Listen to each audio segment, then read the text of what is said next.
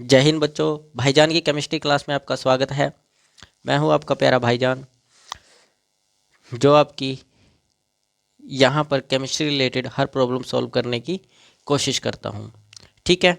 और कल हमने एक नया टॉपिक समझा था, वेपर प्रेशर। ठीक है।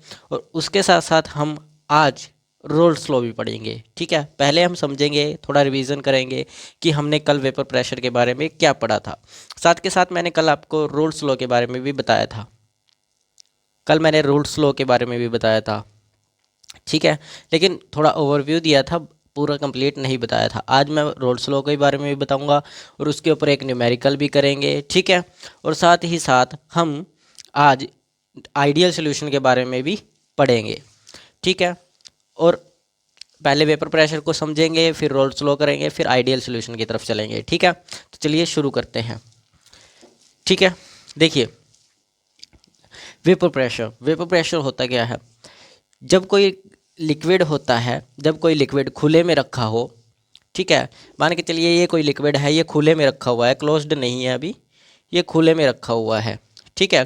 तो इसके जो कुछ अणु हैं, कुछ अणु का मतलब कि कुछ कण हवा में उड़कर गैस बन जाएंगे। ठीक है। गैस बनकर पूरी जो आपका पास आसपास का वातावरण होगा उसमें घुल जाएंगे। ठीक है। और उन्हीं कणों के बीच में जो प्रेशर बनता है उसी को बोलते हैं वेपर प्रेशर। सिंपल कहने का मतलब क्या है कि एक लिक्विड जो खुले में रखा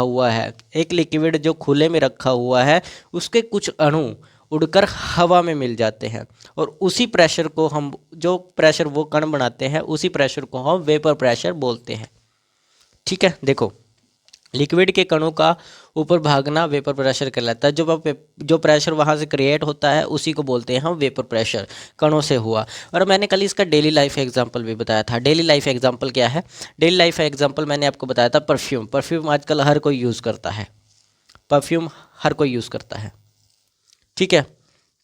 और क्या किया आपने? परफ्यूम के ऊपर वो लगा होता है ट्रिगर, उसको दबाया तो थोड़ा सा पावर लगा। ठीक है। थोड़ा सा आपने पावर लगाया, वो पूरे कमरे में फैल जाता है। क्या हुआ? लिक्विड के उसके अंदर, तो बोतल के अंदर लिक्विड है और आपने उसको दबाया तो उसके कण जो है वो हवा में मिल गए और पूरे कमरे में फैल गए। और जो उन कणों से प्रेशर क्रिएट हुआ उसी को हम वेपर प्रेशर बोलते हैं। ठीक है। मतलब लिक्विड के पार्टिकल्स उड़ गए, जितना पावर वेपर प्रेशर उतना ज़्यादा, जितना पावर आप लगाओगे उतना ज़्यादा वेपर प्रेशर होगा। समझे? जितना ज़्यादा लिक्विड का पावर होगा उतना ज़्यादा वेपर प्रेशर क्रिएट होगा। ओके। ठीक है। अब कल हमने इसके बारे में भी बात की थी कि लिक्विड और लिक्विड सॉल्यूशन के अंदर जब एक लिक्विड में दूसरा लिक्विड मिलाया जाता है तो उस सॉल्यूशन के अंदर क्या वेपर प्रेशर का, कितना वेपर प्रेशर होता है, कैसे होता है, क्या रोल रहता है वेपर प्रेशर का, ये सब पढ़ेंगे। ठीक है। जब थोड़ा थोड़ा वेपर प्रेशर बनाते हैं, यानी कि आपने जब दो लिक्विड आपस में जोड़ दिए, घोल दिए। ठीक है। और आपने उसको एक क्लोज कंटेनर में रख दिया। ठीक है। क्योंकि आपने उसको क्लोज्ड कंटेनर में थोड़ी देर बाद, उसको घोलने के बाद एक क्लोज कंटेनर में रख दिया, यानी क्लोज्ड बर्तन के अंदर रख दिया, सिस्टम में रख दिया। ठीक है। तो क्या होगा? कुछ कण ऊपर की तरफ आने शुरू हो जाएंगे। इसको क्लोज कर देते हैं। ठीक है, क्लोज्ड कर दिया। अब इसके कण थोड़ी देर में ऊपर आने शुरू हो जाएंगे, कुछ कण इसके ऊपर जाने शुरू हो जाएंगे। दोनों लिक्विड से कण ऊपर जाने शुरू हो जाएंगे और यहाँ पर क्या क्रिएट हो जाएगा? प्रेशर क्रिएट हो जाएगा। यहाँ पर क्या क्रिएट हो जाएगा? प्रेशर क्रिएट हो जाएगा। और जो प्रेशर यहाँ पर क्रिएट होगा उसी को बोलेंगे हम वेपर प्रेशर। ठीक है। उसी को हम बोलेंगे वेपर प्रेशर। कण ऊपर वेपर बन गए थे, वो वापस लिक्विड बनना शुरू कर देंगे। और क्या होगा? यहाँ पर ये जो कण ऊपर गए हैं, अब इनको जाने के लिए जगह चाहिए। अब आपने परफ्यूम को लिया, परफ्यूम के अंदर जगह आपने दे दी उसको बाहर घूमने के लिए। ठीक है। लेकिन इसमें कोई जगह बाहर के लिए नहीं है। तो अगर इसके पास बाहर के लिए कोई जगह नहीं है तो इसके पास सिर्फ एक ही चीज़ इसके पास रह गई है कि वापस दोबारा लिक्विड बन जाना। इन कणों से जो गैस बनी थी जो कणों से गैस बनी थी, वेपर बना था, अब उनके पास सिर्फ एक ही चांस, एक ही वो रह जाता है कि हमें बनना है, सिर्फ पानी बनना पड़ेगा, क्योंकि जाने का कहीं रास्ता नहीं है कि हम बाहर के वातावरण में मिलकर हाय हेलो करके आए। हमारे पास सिर्फ एक ही चांस है कि हम नीचे चले जाएं, वापस लिक्विड बन जाए और फिर दोबारा से गैस बनकर ऊपर आ जाए और फिर दोबारा लिक्विड बन जाए। जब ये ऐसा करते हैं तो बराबर में जब लिक्विड बनना शुरू होता है, जितने कण वेपर होकर ऊपर गए और जितने कण वेपर, उतने ही कण वेपर होकर लिक्विड बन गए। ठीक है, जितने कण वेपर होकर सॉरी जितने कण लिक्विड से उड़कर गैस बनकर वेपर क्रिएट किया, वेपर प्रेशर क्रिएट किया, उतने ही कण दोबारा से लिक्विड बन रहे हैं और ये साइकिल चलने लग गई। ठीक है, जितने बने, जितने गैस बने उतने ही लिक्विड बन गए, जितने गैस बने उतने लिक्विड बन गए। तो यहाँ पर क्या क्रिएट हो जाएगा, क्लोज्ड बर्तन के अंदर क्या क्रिएट हो जाएगा, इक्विलिब्रियम क्रिएट हो जाएगा, क्योंकि दोनों की स्पीड सेम है, बनने की और टूटने की, बनने की और टूटने की दोनों की साइकिल सेम है। यानी कि जितने लिक्विड के कण वेपर बन रहे हैं उतने ही लिक्विड के कण वापस दोबारा लिक्विड बन रहे हैं। तो यही होगा क्लोज्ड कंटेनर में। तो क्लोज्ड कंटेनर के अंदर यही होने वाला है। ठीक है, कोल्ड ड्रिंक वाले में भी, कोल्ड ड्रिंक वाले में जितने गैस के कण ऊपर उड़ेंगे उतने ही गैस के कण द्वारा, वो क्या होता है उसमें मैंने आपको बताया था कि CO2 जो गैस होती है वो उसके अंदर मिल जाती है, क्योंकि उसमें गैस पहले ही प्रेजेंट होती है। ठीक है, वो गैस के लिए था, लेकिन उसी लिक्विड को निकाल कर आप किसी दूसरे क्लोज कंटेनर में डालोगे तो क्या होगा, उसके अब वो लिक्विड रह गया, सिर्फ कार्बन डाइऑक्साइड जो होगी उसके अंदर आपके खोलने के बाद वह बाहर निकल जाएगी, और जो बचा वो लिक्विड बचा जो लिक्विड बचा, अब उसी लिक्विड को आप दूसरे उसमें डाल दो, दूसरे क्लोज्ड कंटेनर में डाल दो और बंद कर दो, दोबारा उसमें कार्बन डाइऑक्साइड प्रेजेंट नहीं रहेगी। ठीक है, और धीरे धीरे उसके जो कण है वो ऊपर उड़ने शुरू हो जाएंगे, फिर दोबारा लिक्विड बन जाएंगे। ऐसा होता है, देखो मैं बताता हूँ। कई बार हम बोतल है जो बंद कर देते हैं, पीने के बाद पानी उसको बंद कर देते हैं। ठीक है, धीरे धीरे उसकी साइडों में ना लिक्विड बनना शुरू हो जाता है। लिक्विड यहाँ पर ना जो ये धब्बे दिखने शुरू हो जाते हैं, वाटर के पानी के धब्बे बनने शुरू हो जाते हैं, धब्बे, या कोल्ड ड्रिंक की बोतल में भी ऐसा होता है, धब्बे बनने शुरू हो जाते हैं। वो धब्बे इसीलिए बनते हैं क्योंकि कुछ वेपर होकर ऊपर चले गए थे कण, लेकिन वो दोबारा उनके पास कोई जगह नहीं रही, तो वो बाहर की तरफ ऐसे उस पर चिपक जाता है, दीवारों पर चिपक जाएंगे। किस पर, बोतल की दीवारों पर चिपक जाएंगे। होता है ना ऐसे कई बार, बोतल की दीवारों पर चिपक जाएंगे। ओके, तो यही लिक्विड लिक्विड सॉल्यूशन के अंदर होता है। ठीक है, तो इसको लिख लिया होगा आप लोगों ने, वैसे तो कल लिखवाया था मैंने इसके बारे में। ठीक है, आज हम देखते हैं रोल्स लॉ।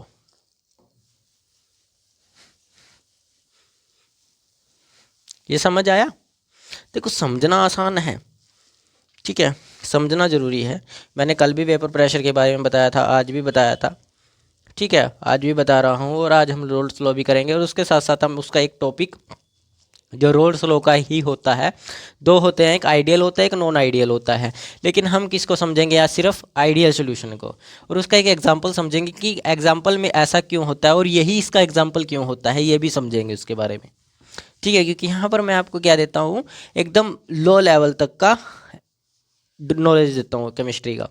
ठीक है, केमिस्ट्री क्या हर सब्जेक्ट का देते हैं, पर फिलहाल हम केमिस्ट्री करेंगे। ठीक है, तो शुरू करें रोल्स लॉ। क्या करें शुरू, roles law. Roles law, roles law क्या कहता है, पता ही होगा, कई बच्चों को तो कई 12th में पढ़ते होंगे।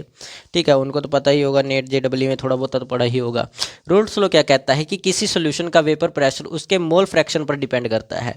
रोल्स लॉ क्या कहता है कि किसी भी सॉल्यूशन का, ठीक है, कोई भी सॉल्यूशन है आपके पास, ठीक है, यानी कि मान के चलो ये सॉल्यूशन है कोई आपके पास इसमें, ठीक है, एक कंटेनर है, एक आपके पास बिकर है, या फिर इसके अंदर सॉल्यूशन प्रेजेंट है। ठीक है, सॉल्यूशन प्रेजेंट है, इसका जो वेपर प्रेशर क्रिएट होगा, यहाँ पर जो इसके कण उड़ उड़ कर गैस में जाएंगे, इसके जो कण हैं उड़ उड़ कर गैस में जाएंगे, ये कण, ठीक है, इनका प्रेशर किसके ऊपर डिपेंड करता है, किसी सॉल्यूशन का जो प्रेशर है, वेपर प्रेशर है, वो किसके ऊपर डिपेंड करता है, मोल फ्रैक्शन के ऊपर डिपेंड करता है। और ये बात कौन कहता है, रोल्स लॉ कहता है कि जो ये प्रेशर क्रिएट हो रहा है ये इस सॉल्यूशन के मोल फ्रैक्शन के ऊपर डिपेंड करेगा। और मोल फ्रैक्शन क्या बताता है, मोल फ्रैक्शन मैंने आपको पहले भी बताया था, मोल फ्रैक्शन बताता है कि किसी कंपोनेंट, किसी सॉल्यूशन के अंदर किस कंपोनेंट की कितनी मात्रा प्रेजेंट है। यानी कि कहने का क्या मतलब, मान के चलिए इसके अंदर मैंने मिलाया है पानी और चीनी मिला दी है। चीनी वैसे सॉलिड वाले में तो वेपर प्रेशर क्रिएट कम होगा। आप ऐसा करो, इसके अंदर आपने एक और चीज़ मिला दी। क्या मिला है इसके अंदर, एक लिक्विड और मिला दिया पानी के साथ साथ आपने इसमें अल्कोहल मिला दिया। अल्कोहल, वाटर के साथ साथ अल्कोहल भी मिला दिया। ठीक है, अल्कोहल और वाटर दोनों मिला दिए। अब पानी की मात्रा कितनी है इसके अंदर, ये कौन बताता है, मोल फ्रैक्शन बताता है। हमारे पास तो एक सोल्यूशन बनकर तैयार हो गया। जैसे चीनी, पत्ती, चाय, ये मिलाने के बाद आपके पास सिर्फ चाय बनकर तैयार हो जाती है। क्या बनकर तैयार हो जाती है, चाय। उसमें चीनी भी घुल गई, पत्ती भी घुल गई, पत्ती के जो दाने बचे बाकी वो अलग बात है। ठीक है, मैं सिर्फ ये बात कर रहा हूँ, चाय बन गई, दूध भी उसमें मिक्स हो गया। ठीक है, अब मोल फ्रैक्शन क्या बताएगा कि उस चाय के अंदर चीनी की कितनी मात्रा डाली गई है, वो बताता है मोल फ्रैक्शन।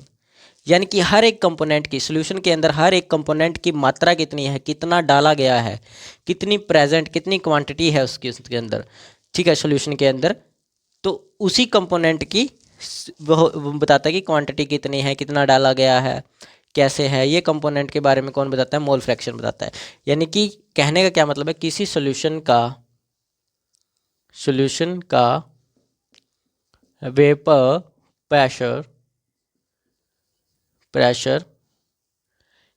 प्रेशर उसके मोल फ्रैक्शन पर डिपेंड करता है।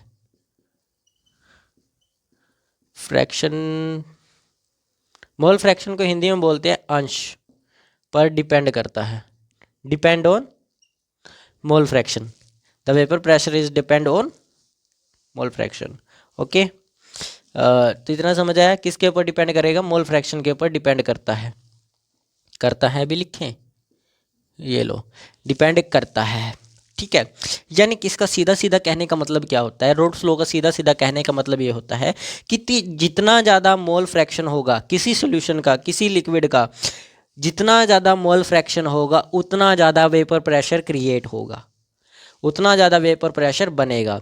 और जितना कम क्वांटिटी मोल फ्रैक्शन की होगी उतना ही कम वेपर प्रेशर बनेगा। ठीक है, कहने का क्या मतलब है, अगर मोल फ्रैक्शन कम हुआ, mole fraction amount of mole fraction, ठीक है, अगर ज़्यादा हुआ तो वेपर प्रेशर भी ज़्यादा क्रिएट होगा। ठीक है, ये मिटा दें, इसकी तो ज़रूरत ही नहीं है। ठीक है, वेपर प्रेशर ज़्यादा क्रिएट होगा, लेकिन और अमाउंट ऑफ मोल फ्रैक्शन अगर कम हुआ तो वेपर प्रेशर भी कम हो जाएगा। ठीक है, वेपर प्रेशर भी कम हो जाएगी। ये कौन कहता है, रोल्स लॉ कहता है। क्या कहता है, रोल्स लॉ कहता है। रोल्स लॉ कहता है कि किसी भी सॉल्यूशन का वेपर प्रेशर उसके मोल फ्रैक्शन के ऊपर डिपेंड करता है। अगर मोल फ्रैक्शन का अमाउंट ज़्यादा होगा तो वेपर प्रेशर ज़्यादा क्रिएट होगा, और अगर कम होगा तो वेपर प्रेशर बहुत कम क्रिएट होगा। ठीक है, और इसका एक फॉर्मूला होता है, डायरेक्टली का फॉर्मूला होता है। देखो फॉर्मूला क्या होता है, फॉर्मूला, ठीक है, इसका फॉर्मूला होता है P is equal to P naught of X. ये फॉर्मूला होता है, इसको ऐसे लिख देता हूँ मल्टीप्लाई में। ठीक है, multiply P note is equal to multiply into mole fraction, और x का मतलब होता है मोल फ्रैक्शन। और ये x एक और चीज़ बताता है, हम देखते हैं हम क्या क्या बताता है इसमें, ये भी देख लेते हैं क्या क्या बताता है, ताकि आप लोगों को अच्छे से समझ आ जाए। देखिए यहाँ पर इसका मतलब अब की बार पार्शियल प्रेशर नहीं है। आप लोगों को मैंने हेनरी लॉ कराया है, हेनरी लॉ के अंदर भी ऐसा ही कुछ था। हेनरी लॉ के अंदर ये था P इज इक्वल टू के एच इंटू एक्स, सेम था, लेकिन थोड़ा सा चेंज है। यहाँ पर K है, वहाँ पर KH है, यहाँ पर P नोट है। ठीक है, इसका मतलब ये नहीं होगा कि ये सारा फॉर्मूला इसी के कारण चेंज है, बाकी सब सेम होगा, नहीं। अब की बार यहाँ पर जो ये P था ना, ये पार्शियल प्रेशर था, पार्शियल प्रेशर यानी कि आंशिक दाब ऑफ सॉल्यूशन का पार्शियल प्रेशर था। लेकिन यहाँ पर जो ये है, ये जो P है, ये P दिखाता है कि लिक्विड की पावर कितनी है, लिक्विड की पावर कौन बताता है, P बताता है यहाँ पर। और P नोट क्या बताता है, अब पी नोट क्या बताएगा, बताओ पी नोट क्या बताएगा। ठीक है, पी नोट, सॉरी गलती लिख दिया, यहाँ पर होगा ये पी नोट लिक्विड की पावर बताता है। ठीक है, और एक्स क्या बताएगा, एक्स एक्स एक्स तो सेम ही है, मोल फ्रैक्शन होता है। एक्स क्या होता है, मोल फ्रैक्शन होता है। एक्स क्या होता है, मोल फ्रैक्शन। ठीक है, तो समझ आया। लेकिन यहाँ पर हम इसको कैसे पता कर सकते हैं, इसका रोल क्या होगा वेपर प्रेशर में, रोल क्या होगा। यहाँ तो हमें पता है कि एक्स हमें मोल फ्रैक्शन निकालने हैं, लेकिन इसका मतलब क्या होगा यहाँ पर, ये बता क्या रहा है, ये किस चीज़ के बारे में बता रहा है। जैसे ये बता रहा है पी नोट की लिक्विड की पावर है ये, लेकिन यहाँ पर मोल फ्रैक्शन भी तो कुछ ना कुछ बता रहा होगा।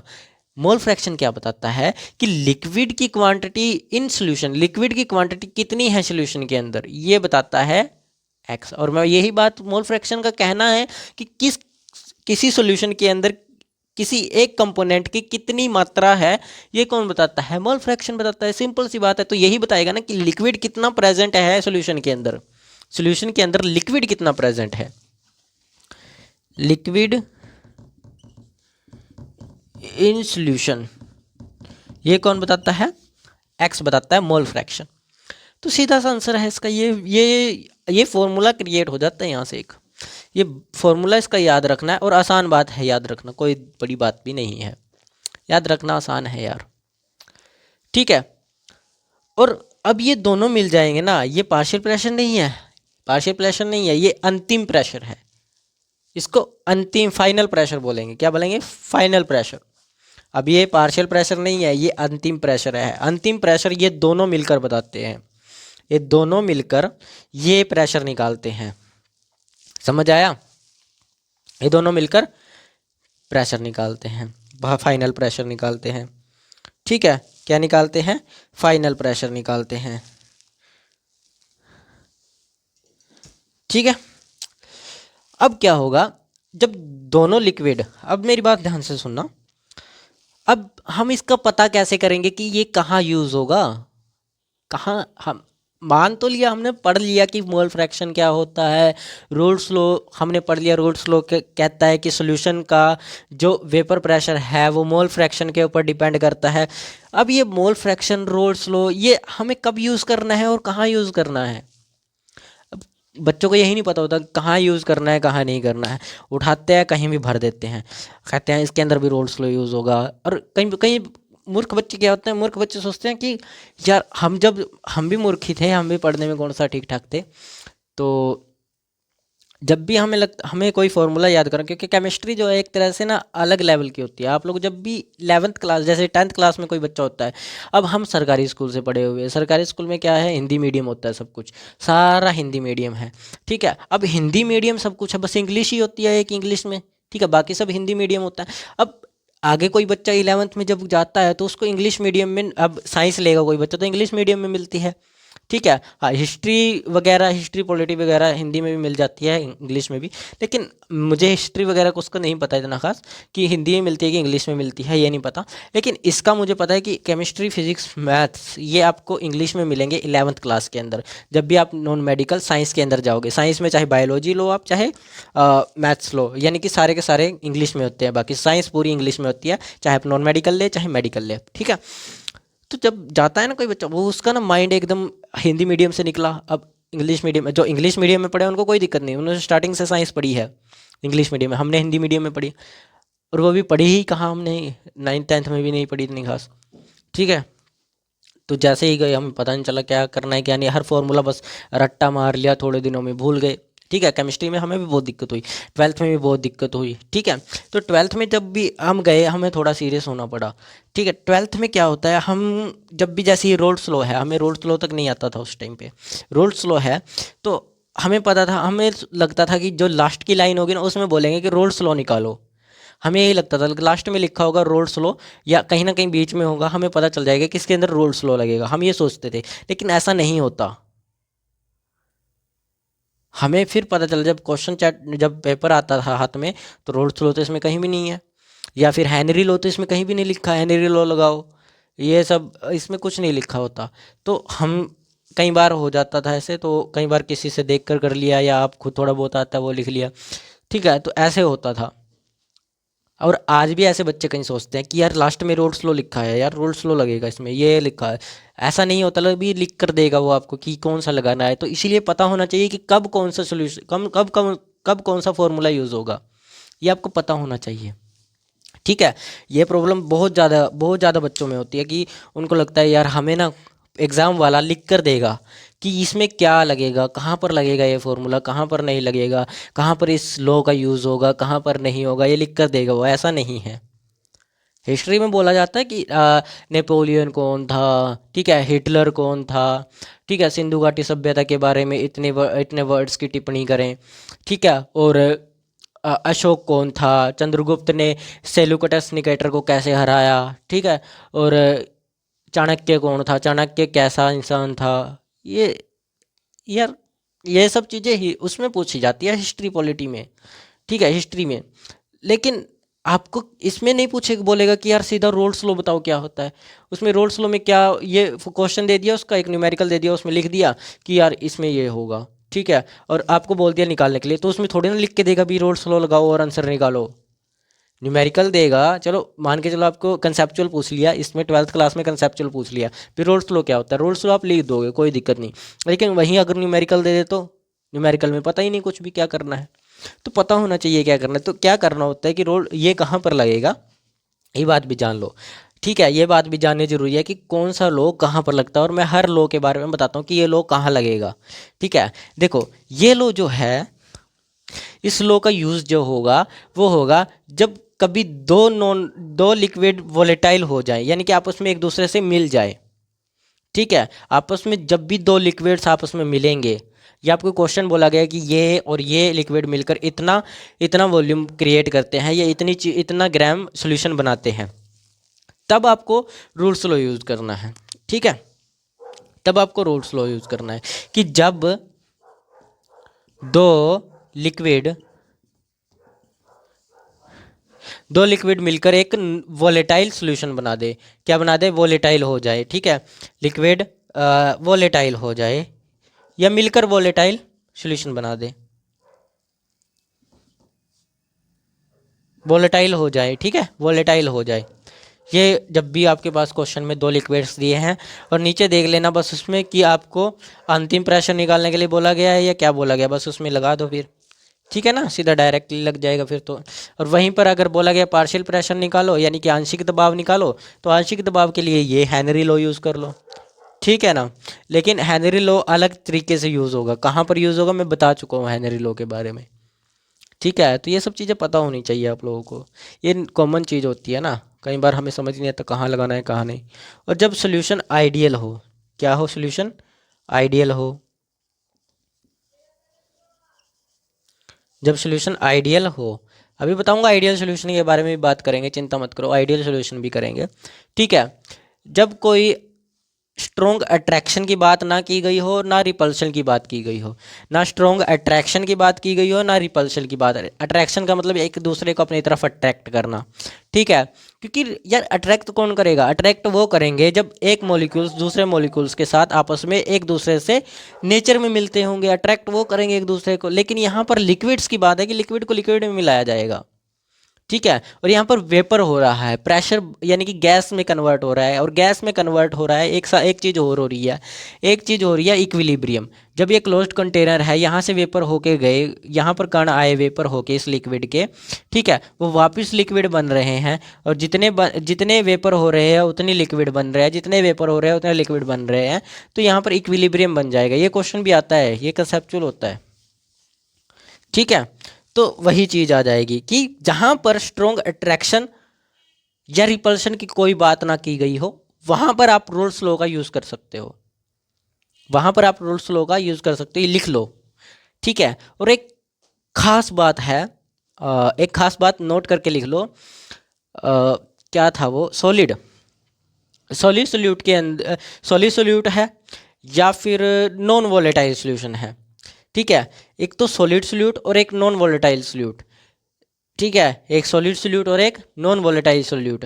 इन दोनों के बीच में कभी भी डायरेक्टली आप रूल्स लॉ अप्लाई नहीं कर सकते हो, रूल्स लॉ अप्लाई नहीं कर पाओगे, डायरेक्ट कभी भी रूल्स लॉ अप्लाई नहीं किया जा सकता इसमें। ओके, ये बात ध्यान रखना कि जब भी नोट करके लिख ले, नोट करके लिखो, नोट करके एक बात लिखो कि सॉलिड सोल्यूट हो, या तो सॉलिड सोल्यूट या फिर नॉन वोलेटाइल सॉल्यूशन,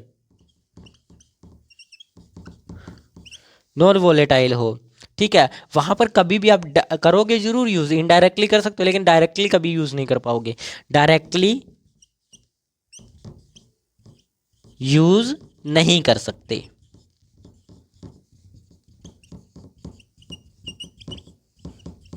ठीक है, ये बात नोट करके लिख लो। ठीक है, ये चीज़ ना दिखाई दे रहे हो फिर भी मैंने बोल दिया है, तो इसको याद करके नोट करके अच्छे से एक हेडिंग बनाकर लिख लेना, ताकि आपको ध्यान में रहे कि सॉलिड सोल्यूट के अंदर और नॉन वोलेटाइल सोल्यूट के अंदर कभी भी हम डायरेक्टली रूल्स लॉ को नहीं लगा सकते, चाहे वो न्यूमेरिकल में पूछा हो चाहे कंसेप्चुअल पूछा हो कि क्या ऐसा हो सकता है कि नॉन वोलेटाइल सोल्यूट के अंदर हम रूल्स लॉ का यूज़ कर सकते हैं, ऐसा नहीं पॉसिबल है, पॉसिबल नहीं है। कंसेप्चुअल भी हो सकता है और न्यूमेरिकल बेस्ड भी हो सकता है। ओके, इसको लिखो, फिर हम बात करते हैं इसकी आगे। ठीक है, ये तो समझ आ गया कि वेपर प्रेशर क्या हो, रूल्स लॉ का वेपर प्रेशर में क्या रोल होता है। ठीक है, ये तो समझ आ गया यहाँ पर, लेकिन एक चीज़ हम भूल रहे हैं, अभी एक चीज़ रह रही है हमारी यहाँ पर। सर हमने एक प्रेशर तो बता दिया भाईजान आपने कि एक प्रेशर निकलेगा, ठीक है, अंतिम प्रेशर निकल जाएगा।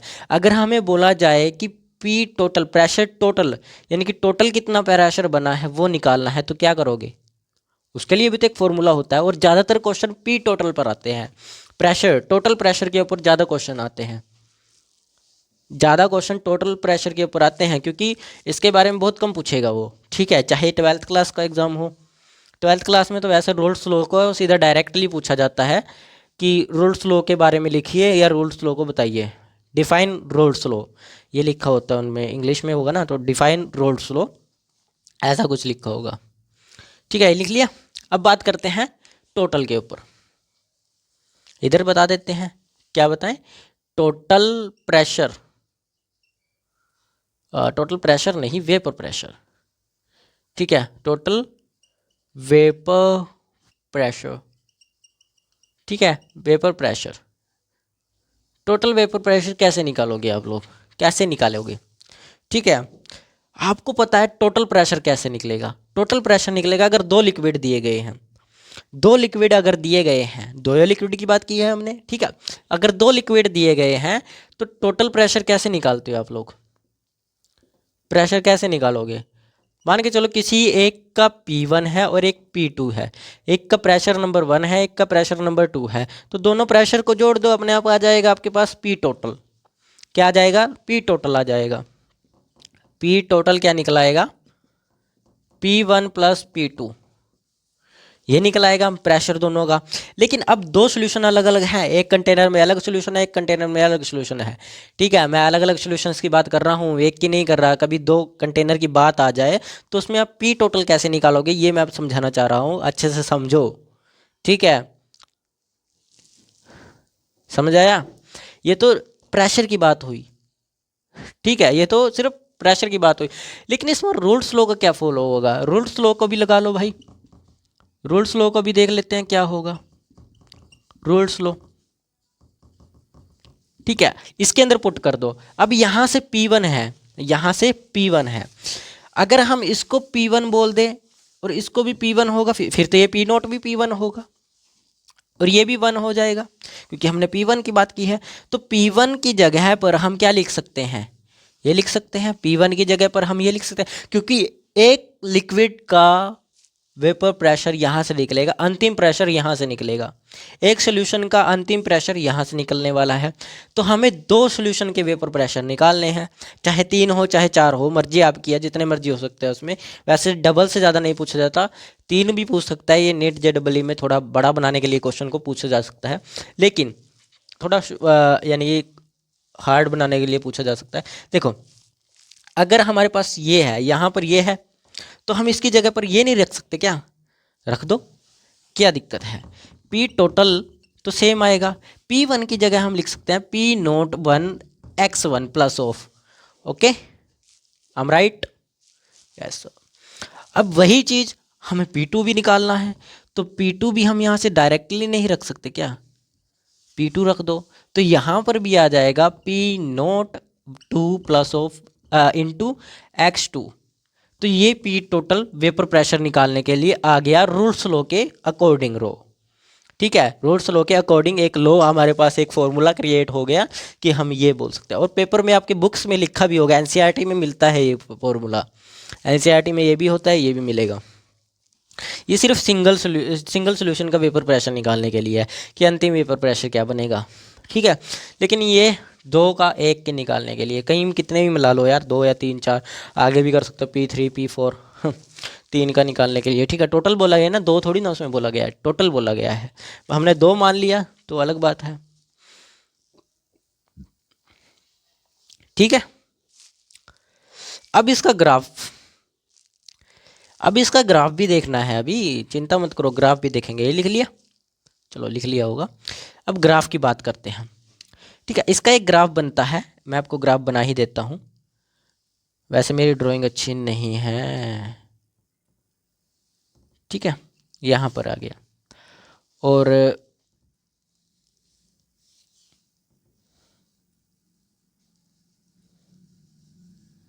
ये आएगा, ऐसे बनेगा, ऐसा ही होता है ना, या ऐसे ही होता है। यहाँ पर आपका होता है वेपर प्रेशर, कैसे लिखें, वेपर प्रेशर, ये जो है वेपर प्रेशर है, यहाँ पर होता है मोल फ्रैक्शन, ये मोल फ्रैक्शन होता है। यहाँ पर प्रेजेंट होगा x1 की वैल्यू 1 होगी और x2 की वैल्यू 0 होगी, यानी कि यहाँ मोल फ्रैक्शन ऑफ 1 कुछ ना कुछ होगा, मतलब यानी कि 1 नहीं होगा, कुछ ना कुछ होगा, लेकिन x2 का मोल फ्रैक्शन 0 होगा, और यहाँ पर x1 का मोल फ्रैक्शन 0 होगा, यहाँ पर x2 का मोल फ्रैक्शन 1 होगा। ठीक है, ये सिंपल है, मैं बताऊंगा अभी क्या होता है ऐसा कि ये सीधी रेखा में ही क्यों जाता है। और ये जो है ना, ये आपका P1 है और ये P2 है। हमें निकालना था टोटल, हमने बात की थी टोटल की, तो टोटल का मतलब होता है P total is equal to P1 plus P2। ये आपका ग्राफ बनेगा P1 P2 का टोटल निकालने का। ये जो ग्राफ जा रहा है ना, ये सीधी रेखा, एकदम सीधी रेखा जो जा रही है, यही आपका इनका ग्राफ होता है, यही क्या होगा, ग्राफ होगा। ठीक है, अब ये सीधी रेखा में क्यों जाता है, इसका एक कारण होता है सीधी रेखा में, ये ग्राफ है, यहाँ पर लिख देते हैं ग्राफ।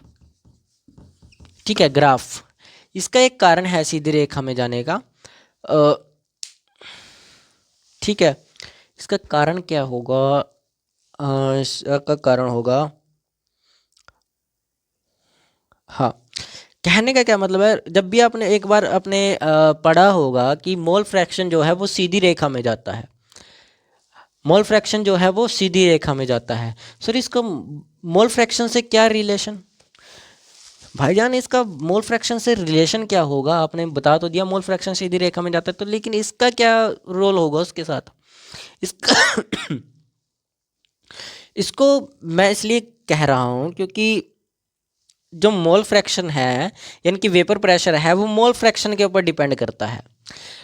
मोल फ्रैक्शन के ऊपर कौन डिपेंड करता है, वेपर प्रेशर। अगर मोल फ्रैक्शन सीधी रेखा में जा रहा है तो इसका मतलब क्या है, वेपर प्रेशर भी सीधी रेखा में जाएगा। ठीक है, मोल फ्रैक्शन सीधी रेखा में जाता है क्योंकि यही कारण होगा इसका, मोल फ्रैक्शन हमेशा सीधी रेखा में बढ़ता है।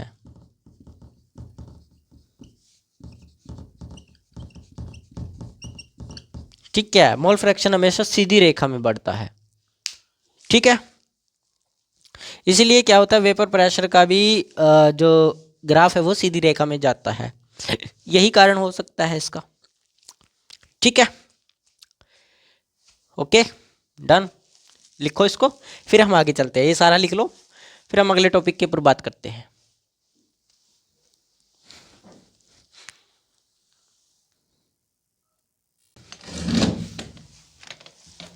लिख लिया होगा सभी बच्चों ने, चलो अब बात करते हैं हम रिलेशन के बारे में, रिलेशन किसका relation sir?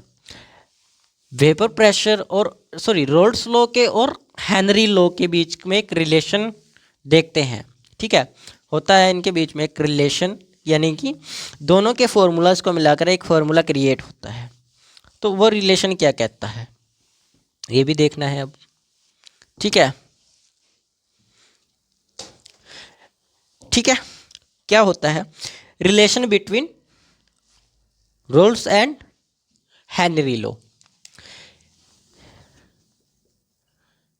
Relation between Raoult's and Henry law, यही होगा। ये भी समझ लेते हैं, फिर हम क्लास को क्लोज करते हैं, क्योंकि आज आइडियल सॉल्यूशन नहीं कर पाएंगे, बहुत लंबी क्लास हो चुकी है। ओके, ठीक है। अब क्या होगा, अब दोनों के दोनों, ये और हेनरी लॉ और रोल्स लॉ, दोनों के दोनों मोल फ्रैक्शन के ऊपर डिपेंड करते हैं, क्योंकि दोनों में मोल फ्रैक्शन आता है। अब ये डिपेंड कैसे करते हैं ये भी देखते हैं कि मोल फ्रैक्शन किसके अंदर ज़्यादा होगा किसके अंदर कम, उस हिसाब से डिपेंड करते हैं। तो किसके अंदर ज़्यादा होगा देख लेते हैं। रोल्स लॉ के अंदर क्या होगा कि ज़्यादा मोल फ्रैक्शन होगा, ज़्यादा मोल फ्रैक्शन होगा। रोल्स लॉ के अंदर क्या होगा, ज़्यादा मोल फ्रैक्शन होगा। ये तब लगता है जब ज़्यादा मोल फ्रैक्शन होता है। हेनरी लॉ कब लगता है, हेनरी लॉ कब लगेगा, जब कम होगा, कम मोल फ्रैक्शन होगा। जब मोल फ्रैक्शन, दोनों के फॉर्मूला क्या होते हैं, अब ये तब लगता है जब कम मोल फ्रैक्शन की बात हो, और ये ज़्यादा मोल फ्रैक्शन की बात पर लगता है। ठीक है,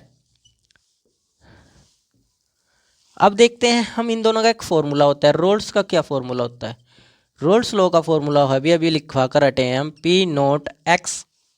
ठीक है, और ये तो इसका फॉर्मूला हो गया। हेनरी का क्या फॉर्मूला होता है, हेनरी का भी एक फॉर्मूला होता है, P इज इक्वल टू के एच इंटू एक्स। ये एक फॉर्मूला हेनरी लॉ का होता है। ठीक है, तो इनके बीच में अगर रिलेशन बनाना है तो ये इससे, ये इससे, तो कहने का क्या मतलब है, के एच इज इक्वल टू आ जाता है, के एच इज इक्वल टू आ जाता है पी नोट, के एच इज इक्वल टू आ जाता है पी नोट। इसका कहने का क्या मतलब है, अगर कभी भी आपको यूज करना पड़ गया दोनों का, तो के एच का मान अगर ज़्यादा होगा तो पी नोट भी ज़्यादा होगा, अगर पी नोट कम है तो के एच का मान भी बहुत कम हो जाएगा। यही कौन कहता है, रिलेशन कहता है। किसका रिलेशन, रोल्स लॉ और हेनरी लॉ का रिलेशन, यही बात बोलता है। तो सिंपल सी बात थी, कोई ज़्यादा बड़ी बात नहीं थी इन दोनों की। ठीक है, क्योंकि समझना जरूरी था, अब टॉपिक है तो समझना तो पड़ेगा भाई, ऐसे कैसे छोड़ दें। ठीक है, टॉपिक है समझना पड़ेगा, तो समझ लिया। ठीक है, तो ये समझ आया, ये समझ आया अच्छे से, वेपर प्रेशर के बारे में समझ आया, कोई डाउट है नहीं है सर। ठीक है, तो बाकी क्लास हम कल करेंगे, आज की क्लास इतनी ही है। अच्छे से पढ़िए, अच्छे से तैयारी कीजिए केमिस्ट्री की, और केमिस्ट्री तो एकदम आसान चीज़ है। ठीक है, और हमने आपको दिखाया भी है आसान है। ठीक है, तो बाकी क्लास हम कल करेंगे। जय हिंद, जय भारत।